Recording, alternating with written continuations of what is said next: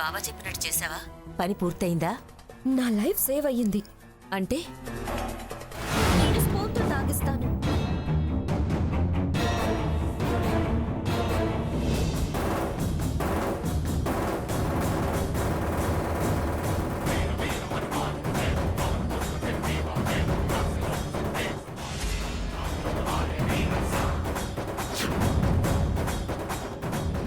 ఏంటి అమ్మమ్మతో నేను గొడవ పెడుతున్నానేమో అని చూడ్డానికి వచ్చావా? తాతయ్య గారు ప్రిస్క్రిప్షన్ ఇక్కడుంది, తీసుకురమ్మన్నారు, అందుకే వచ్చాను.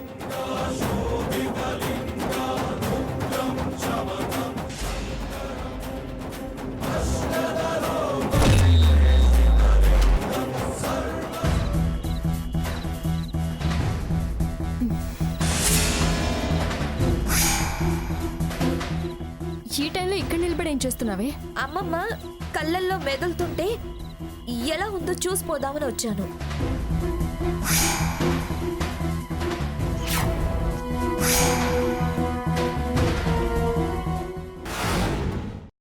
అనుకున్న ప్రకారం ఫోటో అయితే పరుపు కింద పెట్టాను.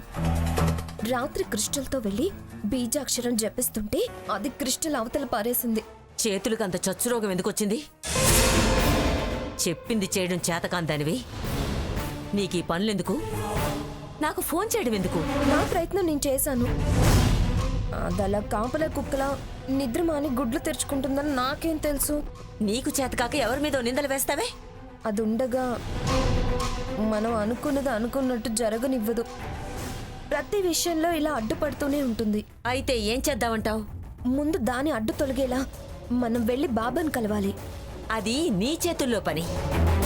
బాబా ఏం చేస్తాడు? ఏదో ఉపాయం చెప్తారుగా.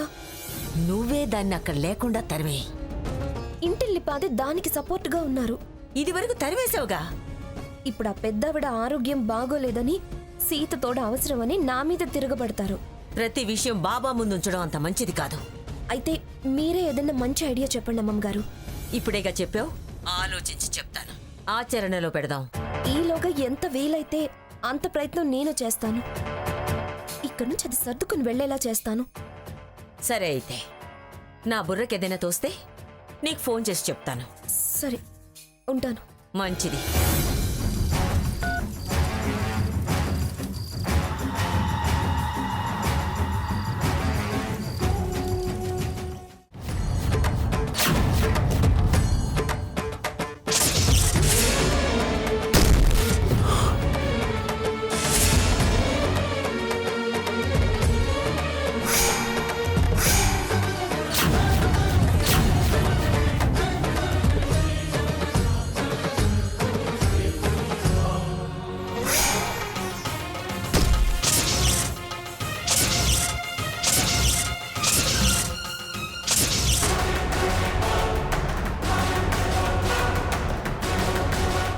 లోపల పాజిటివ్ ఎనర్జీ ఉంది.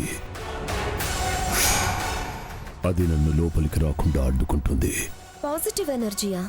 ఎస్. అనంత శక్తివంతమైన బీజాక్షర పఠనం జరుగుతుంది. ఆ పఠనం ఆగాలి. అప్పుడే నేను ప్రవేశించగలను. అంత శక్తివంతమైన మంత్రం చదవగలిగే వాళ్ళెవరున్నారు? ఎవరు లేరే. పోనీ సీత ఏమన్నా చదువుతుందా అంటే సీత కూడా లేదు. ఉన్నారు. ముందు లోపలికెళ్ళి చూడు. అది ఆపి నాకు ఆహ్వానం పలుకో.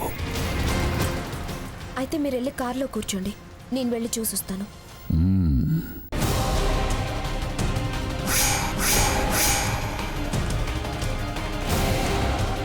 చెప్తాను వీళ్ళ సంగతి.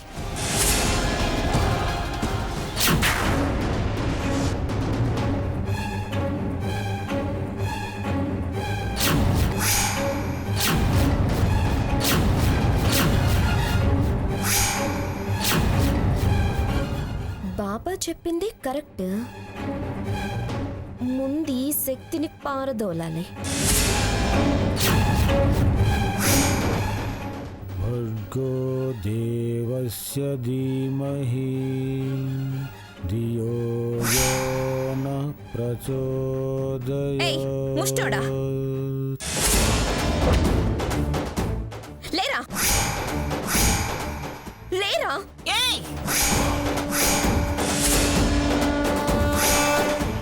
స్వర్ణ లేరు లే స్వర్ణ! స్వర్ణ లే! స్వర్ణ! స్వర్ణ స్వర్ణ! లే స్వర్ణ! లేకు. అయ్యో! స్వర్ణ స్వర్ణ! మీరు ఉండండి. లేకు నువ్వు లేకు. స్వర్ణ ఏం చేస్తున్నావు నువ్వు? మోయ్ అడ్డమైన అడుక్కు తినే బిచ్చగాళ్ళని అమ్మమ్మ గదిలోకి తీసుకొచ్చి ఇక్కడ కూర్చోబెట్టడానికి నీకు సిగ్గులేదు?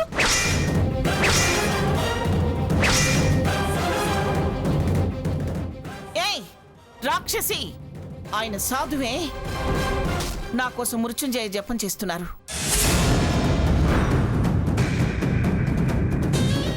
వీధులంట పాటలు పాడుకుంటూ తిరిగేవాడు సాధువు. ఆయన శక్తి సంపన్నుడు. ఆయన గారు మంత్రాలు చదివితే మహత్తు జరుగుతుందా? పైగా మృత్యుంజయ జపమట, మృత్యుంజయ జపం. ఈ కొంగ జపాలకి రోగాలు తగ్గేట్టే ఉంటే వైద్యులెందుకు, FRCSలెందుకు? హాస్పిటల్స్, కార్పొరేట్ హాస్పిటల్స్ ఎందుకు? ప్రతి సెంటర్లో ఇలాంటి సన్నాసులను కూర్చోపెట్టి జపాలు చేయిస్తే సరిపోతుంది. అజ్ఞానంతో మాట్లాడుతున్నావమ్మా. ఆ తంబూరా పట్టుకొని వీధులంట తిరిగే నువ్వో జ్ఞానివి, నేను అజ్ఞానిని. హ, ఏ శపిస్తావా? ఏది శపించు? నన్ను కుక్కునో కోదినో చేయి చూద్దాం. నేను గారడీలు చేసేవాడిని కాదమ్మా. తత్వం చెబుతూ లోకం పోకడ మార్చే ప్రయత్నం చేసేవాడిని. మానవత్వం బోధించేవాడిని. నోరు ముసుకొని పో అవతలికి.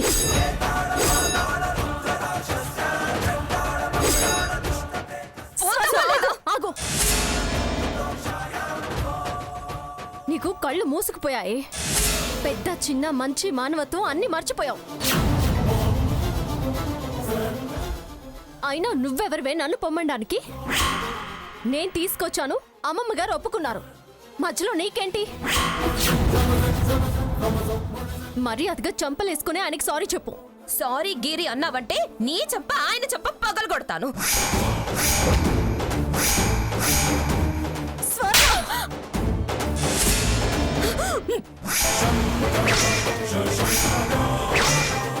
ఏయ్, దాన్ని నెట్టవే, దాని దవడ పగలగొడతాను. అంతే. ఓ దరిద్రపురాలు ఓ దరిద్రుడిని వెనకేసుకొచ్చి ఇక్కడ దరిద్రపు పనులు చేయిస్తుంటే మీకు నచ్చుతుంది. మీకోసం నేను నెట్టంతా గాలించి ప్రముఖ నాడి వైద్యుడిని రమ్మని ఆహ్వానిస్తుంటే నా చంప పగలగొట్టండి. నాడి వైద్యుడా? ఎస్, నాడి వైద్యుడే. హిమాలయాల్లో తపస్సు చేసి మహారుషుల దగ్గర విద్య నేర్చుకుని అపర ధన్వంతరి అని పేరు పొందిన సీతారామన్ మహారాజ్.